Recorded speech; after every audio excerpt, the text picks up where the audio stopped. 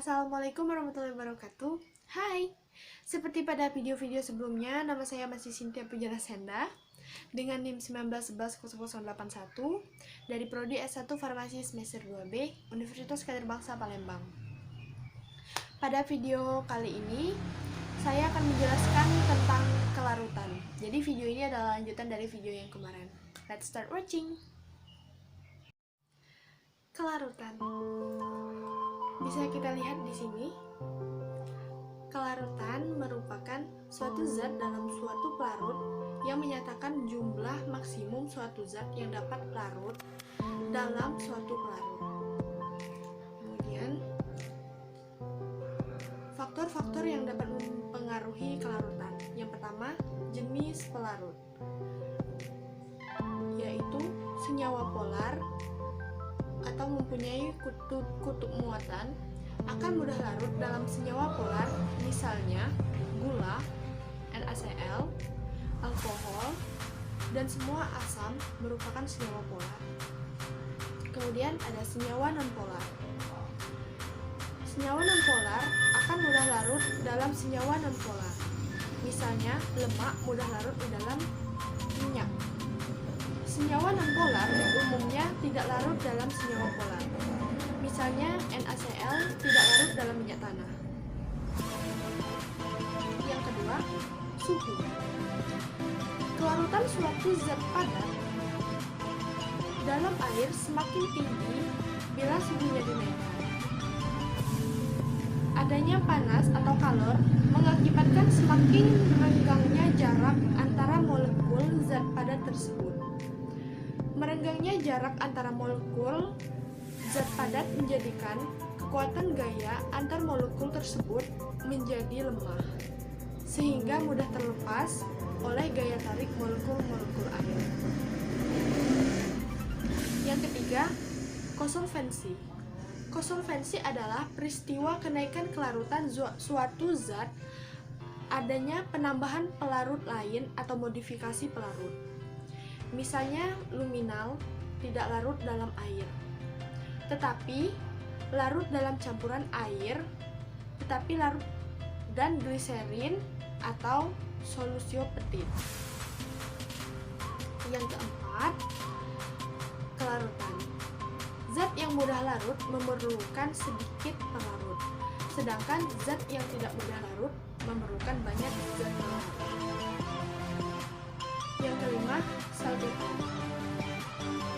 Salting out adalah peristiwa adanya zat terlarut tertentu yang mempunyai kelarutan lebih besar dibanding zat utama, akan menyebabkan penurunan kelarutan zat utama atau terbentuknya endapan karena adanya reaksi kimia. Contohnya, kelarutan minyak atsiri dalam air akan turun bila ke dalam air tersebut ditambahkan larutan NaCl dingin.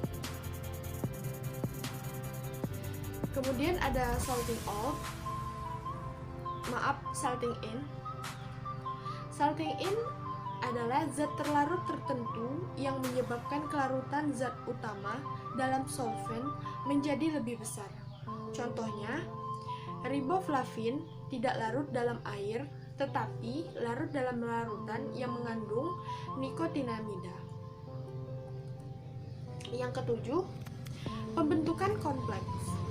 Pembentukan kompleks adalah peristiwa terjadinya interaksi antara senyawa tak larut dengan zat yang larut dengan membentuk garam kompleks. Contohnya, iodium larut dalam larutan Ki atau NaCl jenuh. Yang kedelapan, kecepatan kelarutan. Kecepatan kelarutan dipengaruhi oleh 3 faktor. Yang pertama adalah ukuran partikel, kemudian ada suhu, kemudian ada pengadukan. Kelarutan partikel, makin halus solut, makin kecil ukuran partikel, maka makin luas permukaan solut yang kontak dengan solvent, solut makin cepat larut. Terus suhu, umumnya kenaikan suhu menambah kenaikan kelarutan solut. Misalnya, semakin panas suhu, maka semakin cepat zat tersebut akan larut. Kemudian pengadukan. Jadi kelarutan juga tergantung pada cara kita mengaduknya dan pengadukan kita. Gitu deh. Hasil kali kelarutan. Senyawa-senyawa ion yang terlarut di dalam air akan terurai menjadi partikel dalam pembentuknya yang berupa ion positif dan ion negatif. Bila dalam larutan jenuh, suatu senyawa ion ditambahkan kristal senyawa ion, maka kristal tersebut tidak melarut dan akan mengendap. Kemudian, larutan adalah campuran yang homogen yang terdiri dari dua zat atau lebih, yaitu pelarut atau solvent dan zat terlarut atau solut. Larutan terbagi menjadi bermacam-macam, diantaranya 1. Larutan jenuh, yaitu larutan di mana zat terlarut berada dalam kesetimbangan dengan fase padat atau zat terlarut. Yang kedua, larutan tidak jenuh, yaitu larutan yang mengandung jumlah solut yang kurang dari larutan jenuh. Yang ketiga, larutan lewat jenuh, yaitu suatu larutan yang mengandung zat terlarut dalam konsentrasi lebih banyak daripada yang seharusnya ada pula yang temperatur tertentu. Kemudian kelarutan zat anorganik yang digunakan dalam farmasi umumnya adalah larut dalam air, di mana semua garam klorida larut kecuali AgCl dan PbCl. Kemudian semua garam klorida larut kecuali AgCl, PbCl22, Hg, Hg2ClCl22. Kemudian ada semua garam nitrat larut kecuali nitrat base seperti bismut. Semua garam sulfat larut kecuali BaSO. Semua garam sulfat larut kecuali BaSO44, PbSO, PbSO44, CaSO, CaSO44.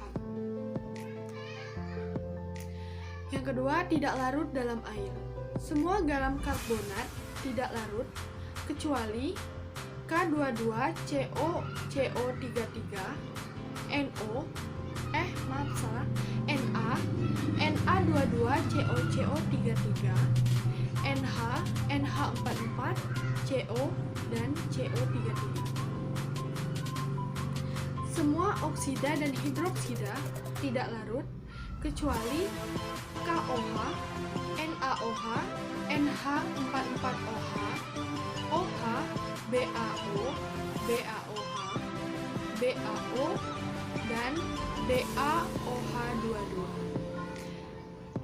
Kemudian semua garam fosfat tidak larut kecuali K33POPO44, Na, Na33POPO33, dan NH, NH44POPO4.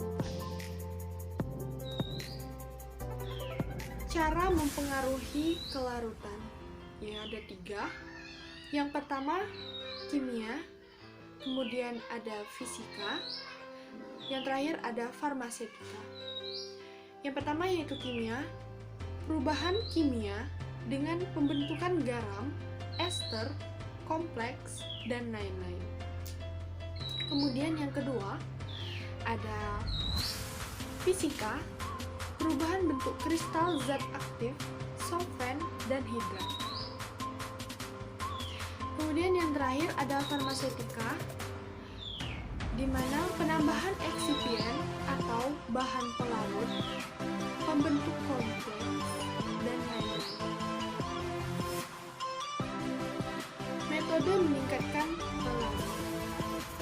Penggunaan prosedur teknologi yang dapat mengubah keadaan fisik zat aktif atau pembentukan eutektik. Kemudian ada penggunaan bahan pelarut yang dapat 1. Dapat membentuk larutan padat dan kompleks. Yang kedua, dapat mengubah tetapan dielektrik cairan pelarut. Bahan pelarut misalnya penyalutan dengan senyawa yang lebih hidrofil.